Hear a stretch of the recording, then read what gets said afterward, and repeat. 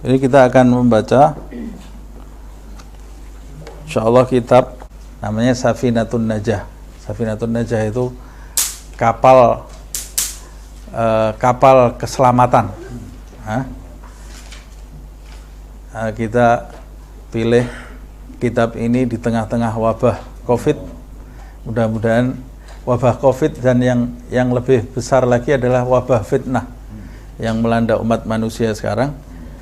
Mudah-mudahan tafaulan kita membaca kitab Safinatun Najah, kita termasuk orang-orang yang selamat insyaallah, berada di kapal keselamatan, tidak tenggelam bersama orang-orang yang tenggelam insyaallah. Nah, penulis kitab ini Safinatun Najah ini dia bukan Habib, tapi kitabnya dipakai. Nah, guru-gurunya Habib itu kadang-kadang lebih banyak yang bukan Habib. Ini menunjukkan bahwa kedudukan di sisi Allah ini tidak dimonopoli oleh satu kelompok. Siapa yang di dalam hatinya ada kalimat la ilaha illallah Muhammadun Rasulullah, dia berhak mencapai kedudukan di sisi Allah Subhanahu wa taala.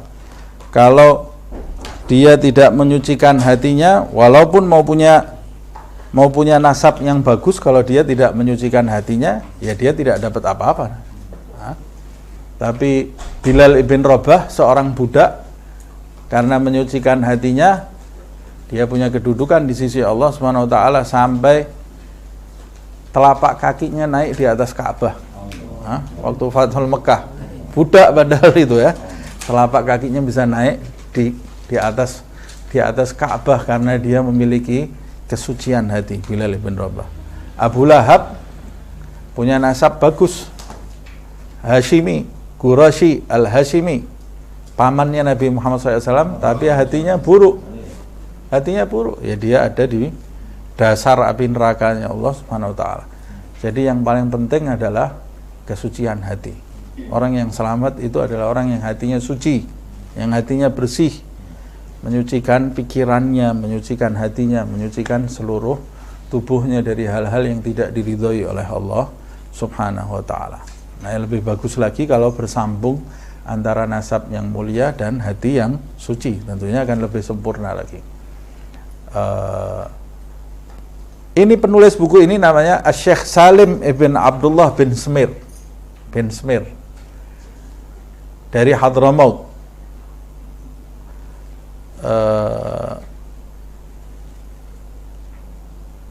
Di sini ada keturunannya juga di Indonesia ini ya.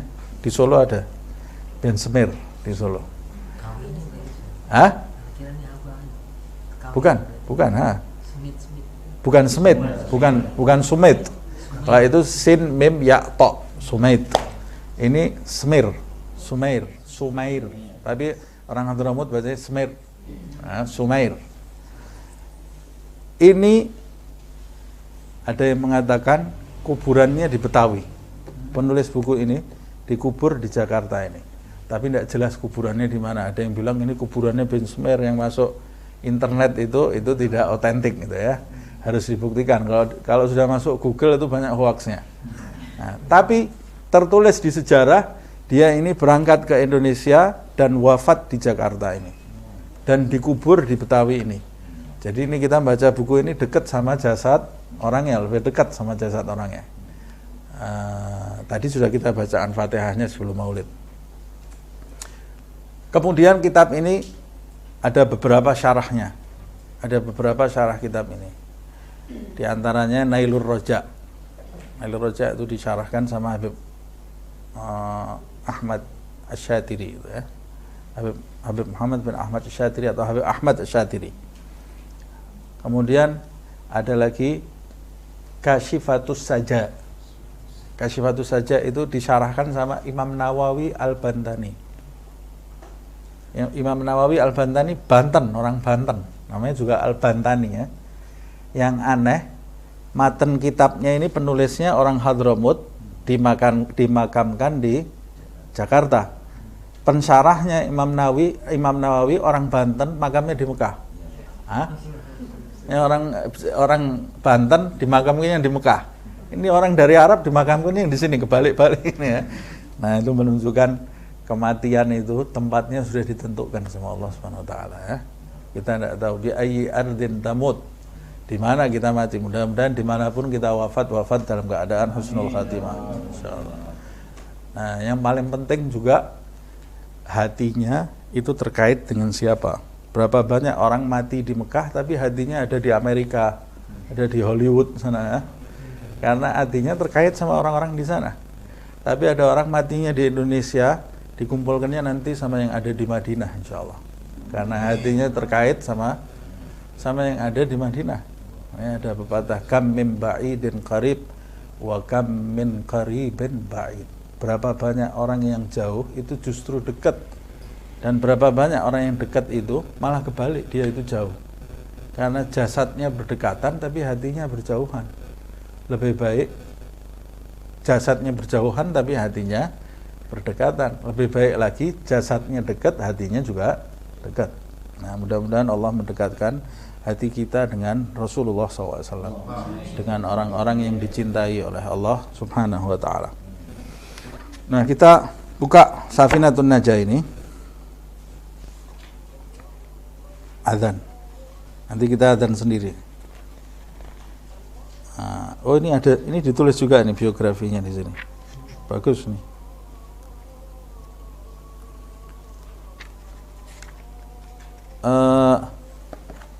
Pendahuluan kitab. Nah, kita bahas dulu aja pendahuluannya ya.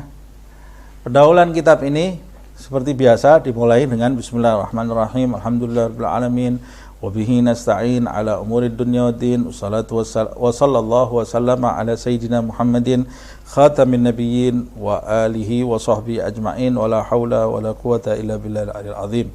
Ini tabarukan, walaupun kita sudah pernah bahas, kita bahas sedikit. Bismillahirrahmanirrahim itu ayat yang pertama kali dalam Al-Quran sesuai dengan susunan yang disusun oleh Rasulullah SAW. Urutan yang disusun oleh Rasulullah SAW. Karena ayat yang pertama kali turun sebetulnya bukan Bismillahirrahmanirrahim. Ayat yang pertama kali turun adalah Iqra bismi rabbikal ladzi khalaq, 5 ayat itu. Tapi kemudian yang mengurutkan sesuai dengan yang kita baca di Al-Quran itu adalah Nabi Muhammad SAW. Jadi sahabat itu diberitahu oleh Rasulullah SAW, yang ini, ayat yang ini gabung dengan ini, yang ini gabung dengan ini. Kemudian yang mengurutkan Nabi, yang memberi nama surat-surat itu juga Nabi Muhammad SAW. Bismillahirrahmanirrahim ini ayat pertama di dalam Al-Quran, dan sebagian ulama mengatakan dia ada di surat Al-Fatihah dan termasuk bagian dari surat Al-Fatihah. Jadi ayat pertama di dalam surat Al-Fatihah. Sebagian ulama mengatakan kandungan Al-Quran semuanya terdapat di dalam surat Al-Fatihah, dan kandungan surat Al-Fatihah itu terdapat di dalam ayat Bismillahirrahmanirrahim. Jadi mengulang-ulang kalimat Bismillahirrahmanirrahim itu bagus. Minimal sebelum tidur 11 kali. Bismillahirrahmanirrahim 11 kali. Atau pagi hari juga kita baca lagi Bismillahirrahmanirrahim 11 kali dengan penuh penghayatan. Di Ratibul Atas ada ya, Bismillahirrahmanirrahim. Bismillahirrahmanirrahim. Bismi ba li musahabah li tabarruk. Ba itu artinya dengan kata sambung yang mengkaitkan pengucap untuk mengambil berkah. Mengambil berkah dengan apa? Mengambil berkah dengan kata isim, dengan nama isim. Isim. Nama itu dalam bahasa Arab isim. Satu akar kata dengan sama. Sumu. Isim itu sesuatu yang tinggi, bahwa sumuwun, sesuatu yang tinggi. Makanya kalau memberi nama anak itu beri nama yang bagus. Ini dengan sebuah nama, mengkaitkan pengucap dengan sebuah nama yang tinggi, sumuwun. Nama siapa? Nama Allah. Bismi Allah, Ismullah. Nama Allah. Siapa Allah? Allah itu Zat al-mustahiq bi jami'il kamalat. Zat yang memiliki seluruh kesempurnaan. Satu-satunya zat yang berhak memiliki seluruh kesempurnaan hanya Allah Subhanahu wa taala. Selain Allah Subhanahu wa taala tidak sempurna. Kalau ada yang sempurna selain Allah Subhanahu wa taala, kesempurnaannya itu hanyalah bias dari kesempurnaan Allah Subhanahu wa taala. Sebab selain Allah itu adalah ciptaan Allah. Jika ciptaannya sempurna, maka kesempurnaan ciptaan itu menunjukkan kesempurnaan Sang Pencipta. Nah, ketika kita melihat alam semesta ini yang tidak ada celahnya, diperintah oleh Allah kita memperhatikan alam semesta ini. Lihat langit, diperintah oleh Allah. Lihat langit itu dapat pahala. Kita melihat langit, lihat bintang, tapi melihatnya dengan pandangan takjub, itu bagian dari ibadah melaksanakan perintah Allah Subhanahu wa taala. Di surat Al-Mulk apa itu? Tabarakalladzi biyadihil mulku wa ala kulli syai'in alladzi khalaqal mauta wal hayata liyabluwakum ayyukum ahsanu amala wa huwal azizul alladzi khalaqal mauta alladzi khalaqas samawati wal ard wa huwal azizul ghafur alladzi khalaqal. Sudah itu apa? Ayat selanjutnya apa?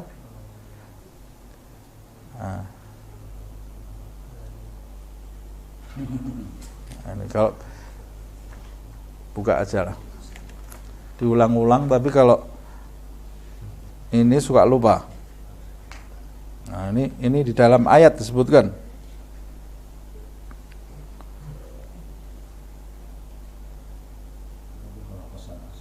Alladzi khalaqa sab'a samawatin tibaqa ma tara fi khalqir rahmani min, terus farji'il basara. Perintah dari Allah Subhanahu wa taala kan. Lihat itu. Lihat, arahkan pandanganmu ke langit itu. Diperintahkan sama Allah Subhanahu wa taala supaya kita ini tahu kita ini kecil.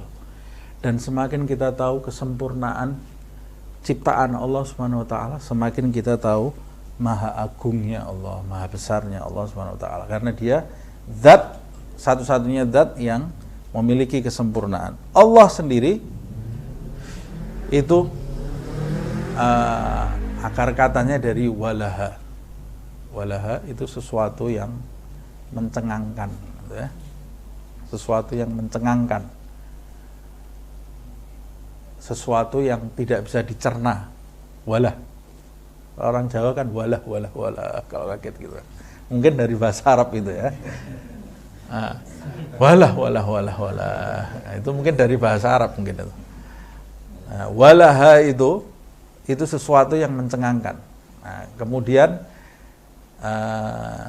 isimnya jadi al-ilah. Ya, walaha itu dari al-ilah. Al-ilah itu sesuatu yang tidak bisa didefinisikan. Makanya kemudian Rabb atau Tuhan itu dikenal dengan ilah. Ilah itu sesuatu yang tidak bisa didefinisikan. Makanya ada kalau doa kan ilahi. Ilahi dari kata walaha ini. Nah, tapi ilah itu sesuatu yang umum. Segala sesuatu yang disembah itu dinamakan ilah. Nah, Allah Subhanahu wa taala menamakan zatnya dengan al-ilah, bukan ilah tapi al-ilah, the God. Kalau dalam bahasa Inggris itu ya, al-ilah. Ilah yang itu, bukan ilah yang lain. Kemudian ada perubahan di dalam bahasa Arab yang panjang lebar. Al-ilah itu kemudian jadi disebut dengan Allah. Allah. Jadi sebetulnya al-ilah terus dipindah menjadi Allah, menjadi Allah. Nah, alif lam yang pertama itu definite article, the kalau dalam bahasa Inggris, atau dikenal dengan ma'rifah kalau di dalam bahasa Arab. Kalau Imam Sibawayh menyebutnya dengan a'raful ma'arif, sumbernya ma'rifah, sumber ma'rifah dari segala ma'rifah adalah Allah. Allah itu yang memberi istilah adalah Sibawayh, ahli nahwu ya. Nah, Allah sendiri mulai memperkenalkan zatnya dengan Allah itu tidak langsung. Saya pernah menjelaskan tapi tidak ada salahnya diulang-ulang jadi paham ya. Makanya pertama kali surat wahyu turun kepada Nabi Muhammad SAW, tidak ada kata Allah. Iqra bismi Rabb. Bismi Tuhan. Belum dikenalkan nih, Rabbnya siapa ini ya. Iqra bismi rabbikal ladzi khalaq.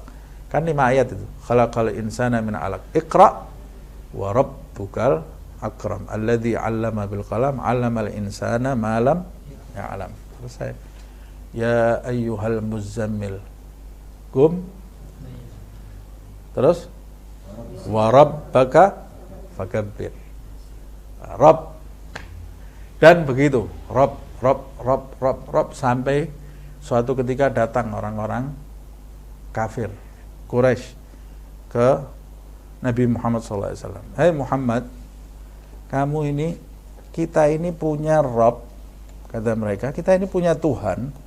Tuhan kita ini ada 360 di dalam Ka'bah. Tuhan kita ini 360, kita minta apa-apa ini belum tentu terkabul, kata dia. Nah Tuhan kamu ini siapa? Satu. Tuhan kita 360 saja terkabulnya susah, Tuhan kamu cuma satu. Ini dari kebodohan mereka ini ya.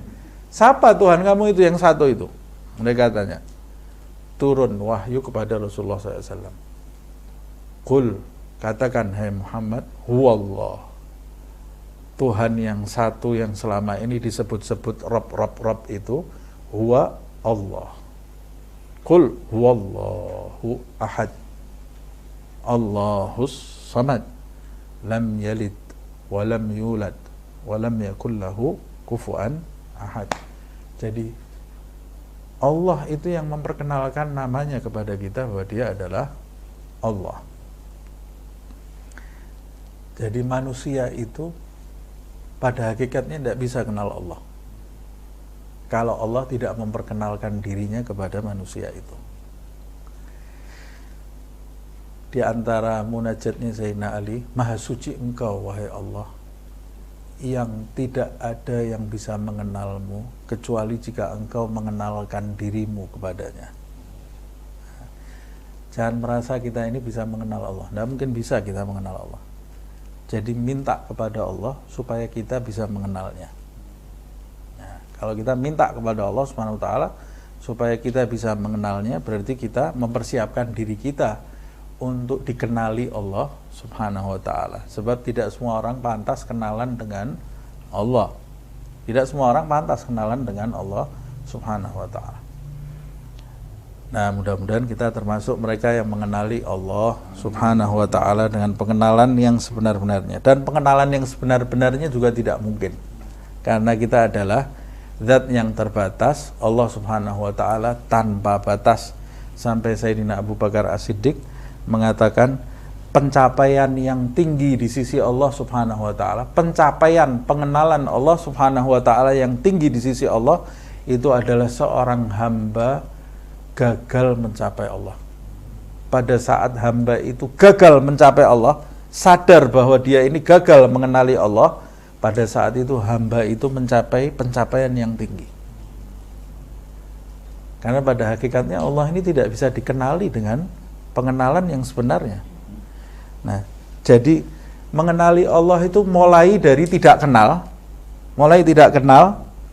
kemudian kita berusaha mengenal, sampai kita ini terbuka, tersingkap hal-hal yang tadinya tidak kita ketahui tentang Allah.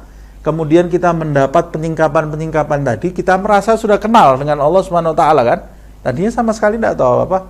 Sudah kenal sampai tersingkap hijab demi hijab, sampai tersingkap hijab yang tertinggi yang menjadikan kita menyadari bahwa ternyata kita ini belum sampai apa-apa. Itu kita berada di kedudukan tinggi pada saat kita kemudian merasa menyadari bahwa kita ini belum kenal Allah. Beda sama yang belum kenal di bawah ini ya. Yang ini belum tahu, tapi yang di sini sadar tidak mampu kenal Allah. Makanya kata Habib Abdullah bin Al-Haddad, zikir pemula itu la ilaha illallah. Pemula untuk orang yang belum kenal Allah itu zikirnya la ilaha illallah. La ilaha illallah itu zikir untuk pemula dan zikirnya orang-orang yang sudah di puncak. Jadi sudah sampai puncak, balik lagi zikirnya la ilaha illallah. La ilaha illallah itu zikir orang kenalan.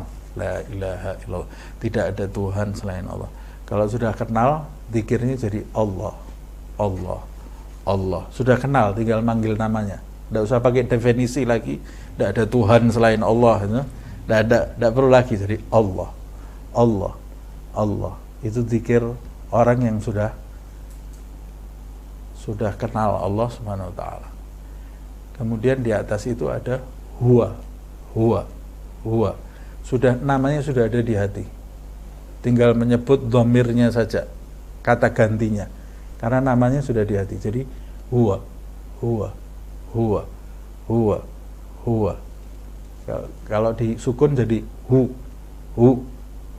Ada yang mengatakan zikir apa itu? Hu. Itu zikirnya sufi seperti itu. Nah, karena nama Allah Subhanahu wa ta'ala sudah ada di dalam hatinya, zikirnya jadi hu. Itu zikir orang yang sudah mencapai Allah Subhanahu wa ta'ala, mencapai kedudukan tinggi, sudah mencintai Allah Subhanahu wa ta'ala, jadi dia merindukan Allah Subhanahu wa ta'ala. Huwa.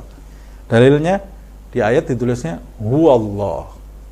Huwa. Nanti ketika dia sudah tersingkap hijab yang lebih tinggi lagi, kembali lagi zikirnya la ilaha illallah, la ilaha illallah, kembali lagi. Itu perjalanan penzikir. Nah, kita zikirnya sehari zikir, 3 bulan tidak zikir. Nah, kapan mau sampai ya? Kapan kita mau sampai? Padahal kata Allah SWT, fadhkuruni adzkurukum. Hebat ini. Ayat ini loh. Ini ayat ini menjelaskan maghamul fana kalau di dalam kewalian ya. Fadhkuruni itu zikirlah, paksalah dirimu menyebut-nyebut namaku, nanti aku yang akan nyebut-nyebut kamu. Bayangkan kalau nama kita disebut-sebut sama Allah Subhanahu wa ta'ala. Nah, itu ada. Kalau di kaum sufi ada namanya maghamul fana. Kita ikut berzikir bersama Allah Subhanahu wa ta'ala. Adzkurkum. Kita ini bareng-bareng berzikir dengan Allah Subhanahu wa ta'ala. Ini akhirnya tidak belajar fikih nih akhirnya belajar. Nah, tapi seperti itu. Allah itu mengenalkan dirinya dengan Ar-Rahman. Ar-Rahman al-Mun'im bijalailin ni'am. Ar-Rahim al-Mun'im bidagaigin ni'am. Ar-Rahman al-Mun'im bijalailin ni'am. Sifat Ar-Rahman itu yang Maha Pengasih, sifat yang menunjukkan bahwa dia Allah Subhanahu wa ta'ala pemberi nikmat secara umum. Secara umum semua hambanya dapat nikmat itu. Contohnya manusia semuanya bisa melihat, itu dapat kebagian rahmat dari namanya Ar-Rahman. Manusia bisa bicara semua, kebagian rahmat dari namanya Ar-Rahman. Sedangkan Ar-Rahim al-Mun'im bidagaigin ni'am,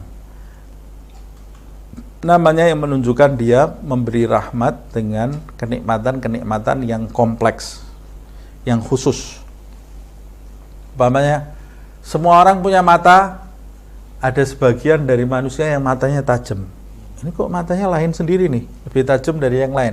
Ini dapat kenikmatan dari namanya Ar-Rahim. Tidak semuanya dapat ya. Dan begitu seterusnya. Setiap kenikmatan yang ada di diri kita yang umum terjadi pada makhluk yang lain, itu berarti kenikmatan dari namanya Ar-Rahman. Tapi kalau kita punya kekhususan kenikmatan yang tidak dimiliki oleh orang lain, kita dapat nikmat itu dari namanya Ar-Rahim. Bismillahirrahmanirrahim. Nanti tidak usah panjang-panjang sudah.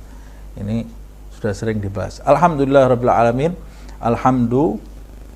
Segala puji bagi Allah Subhanahu wa taala. Lillah, milik Allah Subhanahu wa taala. Segala puji milik Allah Subhanahu wa taala. Alhamd itu pujian itu perbuatan yang dilakukan oleh pemuji yang mengabarkan tentang kebesaran pemberi nikmat. Itu namanya alhamd ya. Lillah, Pujian itu pada hakikatnya untuk Allah Subhanahu wa taala. Segala kenikmatan yang kita rasakan di muka bumi ini dapatnya dari perantara manapun, pada hakikatnya sumbernya dari Allah. Kita anaknya siapapun, kenikmatan itu kita dapat, anaknya siapapun kita ini, ya sumbernya dari Allah Subhanahu wa taala, bibitnya semua dari Allah Subhanahu wa taala. Dan begitu seterusnya. Setiap kenikmatan yang menempel di dalam diri kita pada hakikatnya itu dari Allah Subhanahu wa taala. Makanya segala pujian itu hanya milik Allah. Ketika kita berterima kasih kepada perantara, pada yang menggerakkan perantara itu, yaitu Allah Subhanahu wa taala. Makanya berterima kasih kepada makhluk itu termasuk perintah. Sampai disebutkan man lam yashkurin nas la yashkurillah. Siapa yang tidak tahu terima kasih kepada manusia, dia tidak bisa terima kasih kepada Allah Subhanahu wa taala. Terima kasih kepada orang yang berbuat baik kepada kita, sekecil apapun, terima kasih.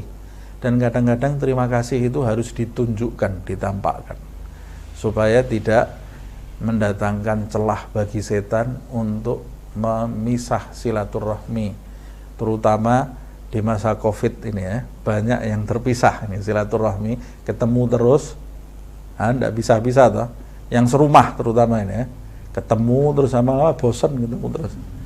Nah itu celah bagi setan untuk menjadikan perang gitu ya. Salah paham itu lebih gampang kan, ketemu terus, biasanya kan bisa ke kantor, yang itu bisa di sini ketemu lagi, enak. Ini ketemu terus bosan lama-lama ketemu terus. Nah itu lebih gampang bagi setan untuk masang korek di situ ya, lebih gampang setan ini. Nah caranya bagaimana? Terima kasih, tunjukkan ya, harus tunjukkan. Dan menunjukkan itu memang kadang-kadang ya tergantung orangnya, ada orang yang gampang menampakkan, ada yang tidak. Jadi paling enak itu orang sama-sama pengertian. Tapi kalau kita bisa menampakkan itu lebih baik. Orang tua berterima kasih kepada anaknya ketika anaknya berbuat baik. Anak berterima kasih kepada orang tua. Tunjukkan terima kasih. Biasakan kalimat terima kasih. Terus suami terima kasih kepada istrinya. Istri terima kasih kepada suaminya. Itu memutuskan celah bagi setan untuk skring gitu. Tidak mudah konslet itu. Terima kasih itu skring gitu ya. Memutuskan celah bagi setan itu dari gesekan-gesekan ini. Terima kasih, ucapkan terima kasih. Bahkan kadang-kadang kalimat cinta itu juga harus diungkapkan. Ungkapkan kalimat cinta. Suami kepada istrinya, istri kepada suaminya, orang tua kepada anaknya. Ungkapkan. Itu nanti mematahkan rencananya setan. Rasulullah saja kepada sahabatnya seperti itu. Kepada Mu'adz bin Jabal, Rasulullah itu dia mengatakan kepada Mu'adz, ya Mu'adz inni uhibbuk. Bahagianya kayak apa tuh Mu'adz itu ya, Nabi yang mengatakan, hai Mu'adz, aku ini cinta kepadamu. Diungkapkan. Terus di antara sunnahnya lagi saling memberi hadiah. Itu memperkuat ikatan, memperkuat silaturahmi. Saling menghargai, kemudian menuntut kewajiban, jangan menuntut hak. Tuntut kewajiban kita, jangan tuntut hak kita. Orang kalau sudah nuntut hak, waduh itu susah, hidupnya susah itu ya, semua jadi salah, kanan kiri semua jadi salah. Tapi tuntut kewajiban kita. Nah begitu juga kita kepada Allah Subhanahu wa ta'ala. Kalau kita nuntut hak kepada Allah, Allah ini jadi kecil di mata kita. Kalau kita nuntut hak kita hitung yang belum dikabulkan. Ini belum, saya minta ini belum kabul. Saya minta ini belum kabul. Allah jadi pelit di mata kita. Tapi tuntut kewajiban kita, terima kasih, hitung kenikmatannya Allah Subhanahu wa ta'ala yang sudah kita terima ini, yang kadang-kadang kita tidak minta. Kita tidak minta, dikasih sama Allah Subhanahu wa taala, itu begitu banyak. Wa in ta'uddu ni'matallahi la tuhsuha. Rabbil alamin, perawat Rabb itu artinya yang memelihara, yang memiliki dan yang memelihara. Rabb. Al-alamin kullu ma siwallah. Segala sesuatu selain Allah adalah al-alamin. Ada lagi yang mengatakan alamin itu adalah manusia, malaikat, jin, binatang, itu al-alamin. Tapi pada hakikatnya alam itu segala sesuatu selain Allah. Karena alam itu semuanya diciptakan oleh Allah Subhanahu wa ta'ala. Segala sesuatu selain Allah itu dirawat oleh Allah, dipelihara sama Allah. Kalau tidak dipelihara, tidak utuh. Kita ini kalau didiamkan sama Allah satu kedip mata, habis dunia beserta isinya ini. Tapi Allah Subhanahu wa ta'ala kulla yaumin huwa fi syan. Setiap hari dia dalam kesibukan tapi tidak tersibukkan. Artinya Allah itu bukan zat yang nganggur, selalu berkehendak, selalu memutuskan setiap saat. Tapi semua itu tidak. Wala ya'uduhu hifdhuhuma wa huwal aliyul azim. Semua itu, kesibukan itu tidak memberatkan Allah Subhanahu wa ta'ala sama sekali. Rabbul alamin wa bihi nasta'in, dan hanya kepada Allah Subhanahu wa ta'ala kita memohon pertolongan ala umurid dunya waddin, atas segala urusan dunia dan agama. Iyyaka na'budu wa iyyaka nasta'in. Hanya kepadamu wahai Allah aku menyembah, wa iyyaka nasta'in, dan hanya kepadamu wahai Allah kami memohon pertolongan agar kami bisa menyembah kepadamu. Jadi kata Habib Ali bin Muhammad Al-Habsyi, makna wa iyyaka nasta'in maknanya wa iyyaka nasta'inu lina'budaka. Kami hanya menyembah kepadamu wahai Allah, dan kami memohon pertolongan kepadamu agar kami bisa menyembahmu. Kalau tidak ditolong Allah, kita tidak bisa. Kalah kita sama setan. Nah, makanya ketika setan bilang ke Allah Subhanahu wa ta'ala, aku akan sesatkan semua hamba-hambamu illa al-mukhlasin, kecuali orang-orang yang diikhlaskan hidupnya oleh Allah, dimurnikan hidupnya oleh mukhlas. Itu orang yang dijadikan ikhlas oleh Allah Subhanahu wa ta'ala, ditolong sama Allah. Nah, doa yang diajarkan Rasulullah juga, Allahumma a'inni ala dzikrika wa syukrika wa husni ibadatik. Minta pertolongan kepada Allah Subhanahu wa taala ala umurid dunya, perkara dunia yang kita hadapi di dunia ini, waddin, dan perkara agama, kendala-kendala yang kita temui di dalam perkara agama. Minta tolongnya hanya kepada Allah Subhanahu wa taala. Kalau tidak ditolong Allah tidak bisa. Tapi di antara bukti sungguh-sungguhnya kita dalam meminta tolong adalah kita berusaha juga menjadikan sebab-sebab yang bisa memudahkan kita untuk ditolong oleh Allah Subhanahu wa taala, seperti seorang murid yang tidak bisa menundukkan hawa nafsunya datang ke gurunya. Ini sudah pernah saya ceritakan ya, datang ke gurunya, Ustadz saya ini tidak bisa menundukkan hawa nafsu, ayo kita pergi ke rumahnya si fulan, orang kaya yang ada di desa itu. Masuk, sampai di depan pagarnya ada anjing besar, galak anjingnya, 3. Kata Ustaznya, gimana nih kita mau masuk ada anjingnya 3? Nah, gimana? Kata muridnya, masa Ustaz tidak tahu? Enggak, saya tanya sama kamu, caranya gimana ini? Mau sampai pintunya pemilik rumah ini, ada anjing besar 3 ini, apa kita lawan? Kamu ngelawan 1, saya ngelawan 1. Kata muridnya, ya kita berdarah ngelawan anjing besarnya segini. Terus apa yang harus kita lakukan? Kata Ustadznya, apa ini yang harus kita lakukan? Kata muridnya, ya gampang lah Pak Ustadz. Apa?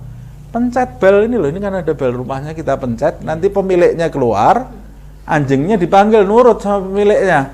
Ya kita tinggal masuk, gampang, nggak usah pakai berdarah-darah, nggak usah perang. Kata Ustadznya, nah itu yang kamu alami. Kamu ini setiap hari perang sendiri, tidak mengajak pemilik nafsu kamu. Kamu ngomong sama saya, kok nggak bisa ngalahkan hawa nafsu? Karena kamu selama ini tidak menyertakan pemilik hawa nafsu kamu. Pemilik anjing yang ada di dalam diri kamu itu adalah Allah Subhanahu wa taala. Undang Allah Subhanahu wa taala, panggil Allah Subhanahu wa taala. Jangan perang sendiri. Perang sendiri kamu berdarah-darah, belum tentu menang. Minta sama Allah, Allahumma a'inni ala dzikrik wa syukrik wa husni ibadatik. Ihdinas siratal mustaqim, siratal ladzina an'amta alaihim ghairil maghdubi alaihim waladhdallin. Minta kepada Allah Subhanahu wa taala, sertakan Allah Subhanahu wa taala. Wassallallahu wasallama ala sayyidina Muhammadin. Salawat dan salam. Dalilnya salawat itu kalau dari Allah artinya rahmat. Salawat Allah kepada Nabi artinya rahmat. Salawat malaikat kepada Nabi artinya permohonan ampun kepada Allah, istighfar. Salawat manusia kepada Nabi artinya doa. Waktu diperintah oleh Allah SWT, kalau salam artinya kesejahteraan atau keberkahan. Perintahnya di dalam ayat innallaha wa malaikatahu yusalluna 'alan nabi ya ayyuhalladzina amanu shallu 'alaihi wa sallimu taslima. Allahumma shalli 'ala sayyidina Muhammad. Nah, waktu turun perintah ini disampaikan oleh Rasulullah kepada sahabat. Ada satu sahabat datang ke Rasulullah. Ya Rasulullah, kaifa nusalli 'alaik? Rasulullah, Allah memerintahkan kita untuk bersolawat kepadamu kan? Ya ayyuhalladzina amanu sallu alaihi. Solawatlah kamu kepadanya, yaitu kepada Nabi. Gimana kita ini orang kecil, rendah, hina, suruh bersolawat kepadamu, wahai Rasulullah? Apa yang bisa kita berikan kepadamu? Kita tidak punya apa-apa. Suruh mendoakan Nabi Muhammad SAW. Kita yang perlu doa banyak kan? Makanya sahabat itu tanya, kaifa nusalli alaika ya Rasulullah? Bagaimana caranya kita ini suruh bersolawat kepadamu? Nabi Muhammad faham maksud pertanyaannya.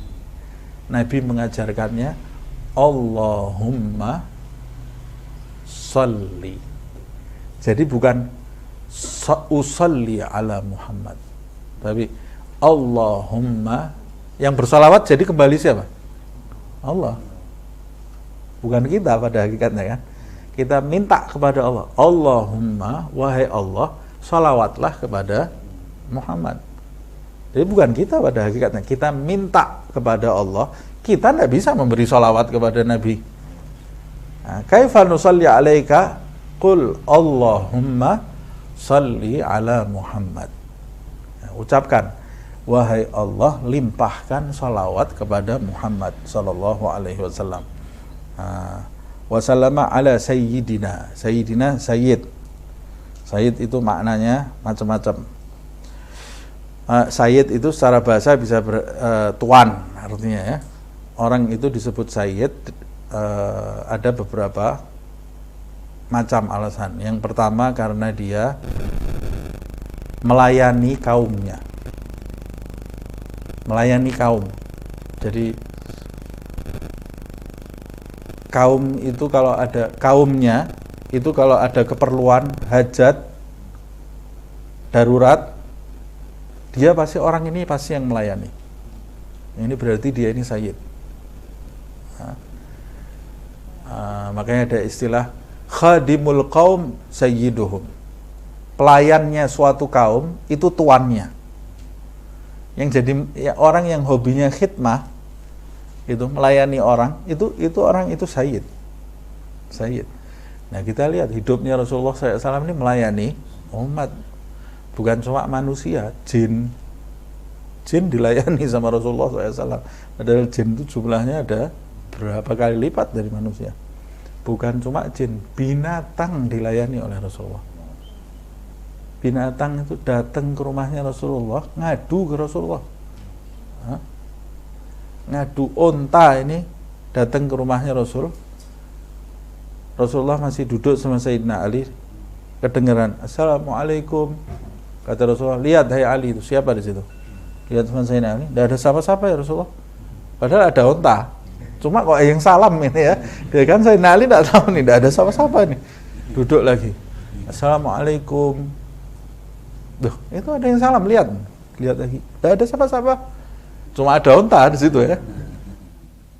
Duduk lagi, Assalamualaikum, berdiri Rasulullah. Ini loh yang salam ini onta ini ya. Jadi bedanya mukjizatnya Rasulullah dengan Nabi Sulaiman.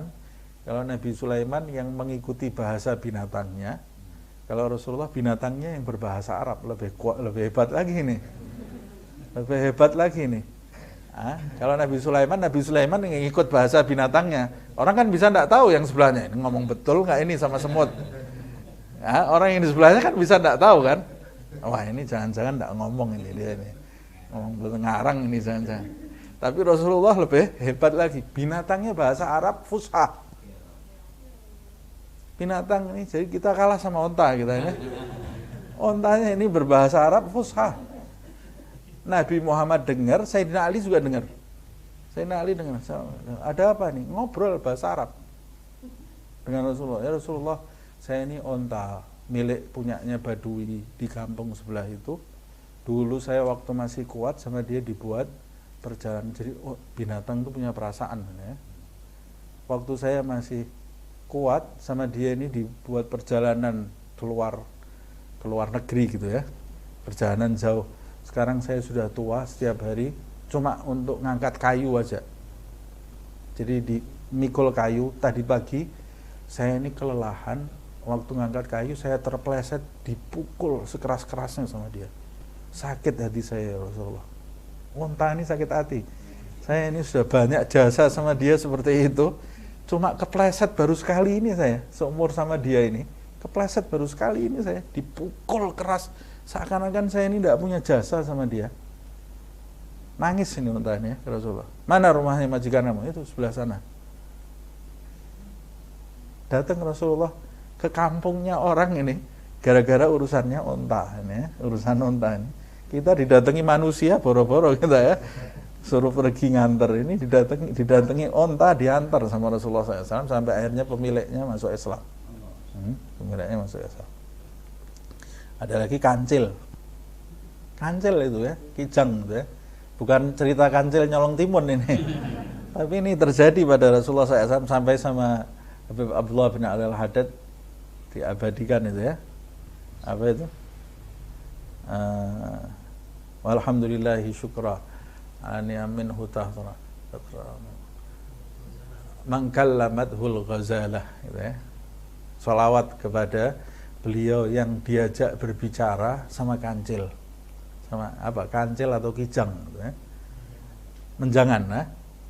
Jadi Rasulullah lewat di depan rumahnya Badui, terus kemudian dengar suara, ya Rasulullah, ya Rasulullah, ada orang, ya Rasulullah, lihat ada anak menjangan di kandang, ya. Kata Rasulullah, kamu yang mengucapkan salam? Iya saya ya Rasulullah. Ngomong bahasa Arab fusha ini. Ada apa? Kata Rasulullah. Saya ini ditangkap sama Badui ini. Saya masih kecil. Saya punya ibu saya ini terang khawatir nih, nyari-nyari saya. Kata dia ini. Saya masih kecil ya Rasulullah. Terus maunya apa? Bebaskan saya sebentar, saya mau ngasih tahu ibu saya aja. Saya ini ditangkap, jadi dia nggak usah nyari-nyari saya lagi, kata dia. Nah, akhirnya dipanggil sama Rasulullah pemiliknya itu. Ini bebaskan, nanti dia kembali lagi. Orang gila apa? Nyarinya sudah susah-susah, dibebaskan. Kata Rasulullah, bebaskan, saya yang nanggung. Kamu mau jadi jaminannya? Iya, saya jaminannya. Kalau sampai nggak kembali, saya kerja di tempat kamu. Menjadikan dirinya sebagai jaminan ini ya. Dilepas anak menjangan ini. Rasulullah terus yang cerita ini ya, ketemu sama ibunya dia itu. Terus dia memberitahu ibunya. Kata ibunya, kok bisa keluar kamu? Rasulullah jadi jaminan saya. Kata ibunya, hah? Kamu tidak punya adab menjadikan Rasulullah sebagai jaminan? Balik sekarang, balik. Suruh balik sama ibunya. Balik, ini anak menjangan ini masuk ke kandang lagi. Anak menjangan ini liar, jalan ini, balik, masuk ke kandang lagi. Ini baduinya, asyhadu alla ilaha illallah wa annaka ya Muhammad Rasulullah. Nabi Muhammad SAW, mukjizatnya. Dalam sirah Baihaqi, kadal Arab itu, kadal padang pasir yang coklat itu, kadal yang di padang pasir coklat itu, kadal itu ada yang karnivora, ada yang herbivora. Nah itu ada jenisnya itu.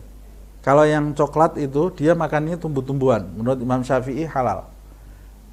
Kalau yang selain warna coklat, menurut Imam Syafi'i tidak halal karena makan daging. Kalau Imam Malik bilang halal juga. Kalau Imam Syafi'i bilang enggak. Itu ada satu kelompok Badui sama pemimpinnya masih dalam satu ruangan, tiba-tiba datang Rasulullah SAW, didakwahi oleh Nabi, kata dia, "Hei Muhammad, kamu ini pemecah belah keluarga, pemecah belah persahabatan, gara-gara kamu anak nggak ketemu ibunya lagi." Maksudnya Islam yang ini bapaknya masih tetap kafir gitu ya.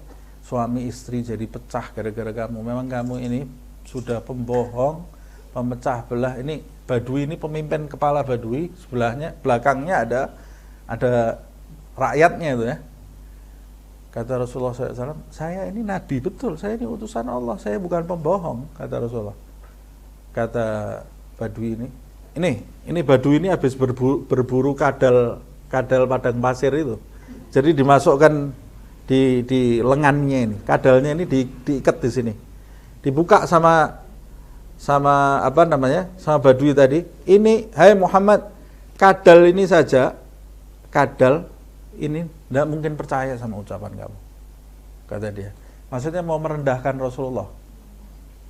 Kadal ini aja kalau bisa ngomong dia nggak percaya sama kamu. Kata Nabi Muhammad, kalau dia percaya bagaimana? Kalau dia percaya, kita semua mau percaya. Betul kamu? Betul. Ditanya sama Rasulullah, "Ya dhab, ya dhab." Dhab bahasa Arabnya kadal itu, padang pasir itu dhab. "Ya dhab, hei kadal, man ana, saya ini siapa?" Kadalnya ini kepalanya lihat Rasulullah ini, "Anta Rasulullah, anta Muhammad, asyhadu an la ilaha illallah wa annaka ya Muhammad Rasulullah." Ngomong bahasa Arab, kadal. Kalah kita sama kadal ya. Ngomong bahasa Arab fushah. Langsung ini yang nangkep ini gemeter, langsung masuk Islam. Semua rakyatnya juga masuk Islam semua ya. Makanya diabadikan sama Habib Ali di Simtud Durar itu, "Wa syahadatud dabbi wal ghazalah bin nubuwati war risalah." Syahadatnya dhab sama kancil tadi, ghazalah itu, bin nubuwati war risalah, atas kenabian dan kerasulan Nabi Muhammad sallallahu alaihi wasallam. Sayyidina, ini kita tadi membahas Sayyidina yang melayani umat ya. Wah, akhirnya tidak rampung-rampung kebanyakan cerita. Muhammad, nah, jadi Sayyid itu yang melayani, yang berkhidmah. Kalau pemimpin, satu ada yang mijet kakinya, satu ada yang mijet, bukan pemimpin ini, raja ini ya, penguasa ini namanya, bukan pemimpin ini ya, bukan Sayyid ini Malik, ini raja.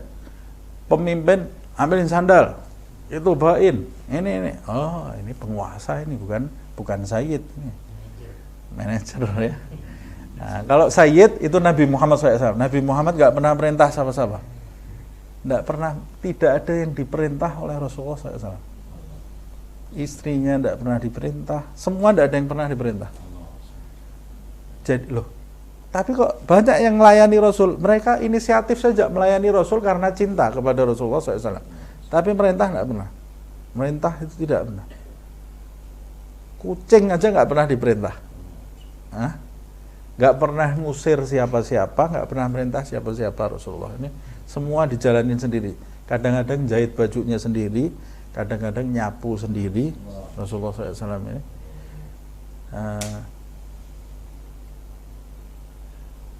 Dan dia orang yang berwibawa. Sampai Sayyidah Aisyah ditanya, "Aisyah, kamu ini tidak capek hidup sama Rasulullah?" Kenapa kok capek? Ya kita ini kalau duduk sama Rasulullah ini kadang-kadang kelamaan capek kan, karena wibawanya Rasulullah SAW itu nundukkan kepala kan, harus beradab terus. Nah ini orang tanya, "Lah kamu tinggal terus sama Rasulullah 24 jam nggak capek kan?" Kata dia, "Oh, Nabi Muhammad itu orang yang paling kita tunggu-tunggu kedatangannya di rumah. Kalau di rumah dia itu ya main-main sama kita," kata Sayyidah Aisyah. Yang paling kita tunggu kedatangannya di rumah itu Rasulullah SAW, kata dia. Jadi seorang suami itu taunya dia suami yang baik atau tidak ditunggu pulangnya apa ditunggu matinya itu ya.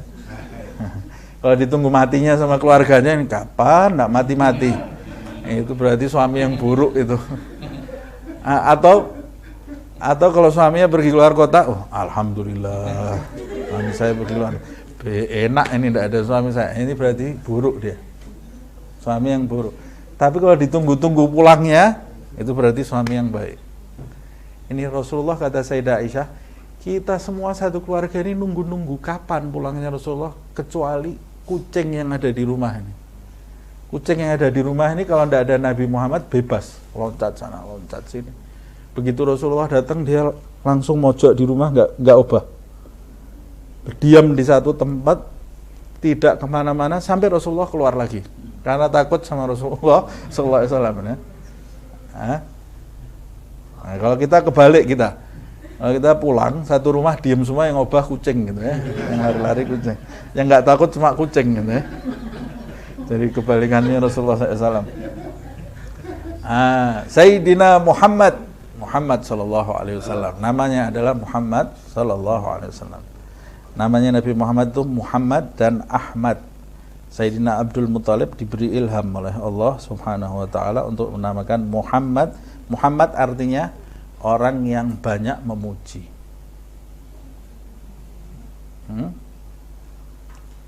Khatamin Nabiyyin, ini sudah lewat ini jamnya. Sudah lewat.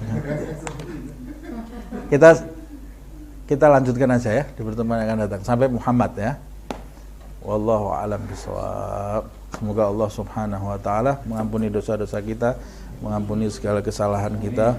Semoga Allah Subhanahu wa taala memberikan kita hati yang bersih, hati yang jernih, anggota badan yang jauh dari perbuatan yang tidak diridhai, jadi perbuatan yang tidak diridhai Allah Subhanahu wa taala, dan menjadikan anggota badan kita taat tunduk kepada Allah Subhanahu wa taala, dikelompokkan kita kelak di hari kebangkitan, di alam barzah dan di hari kebangkitan di belakang shaf Rasulullah sallallahu alaihi wasallam, ahlul baitnya, para sahabatnya, para aulianya, hingga kita masuk ke surga semuanya tanpa didahului hisab, fitnah, siksa dan adab. Amin ya rabbal alamin. Ala hadhihi niyyah kullu niyatin salihah ila hadratin Nabi Muhammad sallallahu alaihi wasallam. Al-Fatihah.